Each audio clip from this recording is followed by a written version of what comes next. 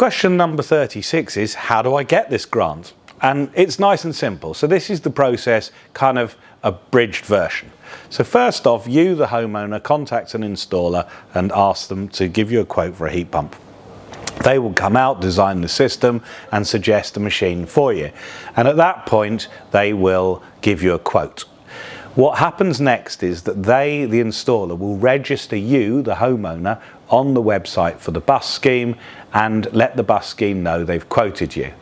The people at Ofgem, who administer the scheme, will now contact you, the homeowner, and double check that you're not being kind of forced into buying this and you feel that you've had a fair price from your installer. And you have to confirm back to Ofgem that you are happy and you're being treated correctly. So it's a kind of fail-safe. Once that has been completed, Ofgem will go back to your installer and confirm that the system is eligible for the £5,000 grant and give them a kind of notice that this is okay to proceed. So the installer will then turn up at your house, install the system and set it to work and make sure everything's happy. And this is where the most important part of the scheme comes in.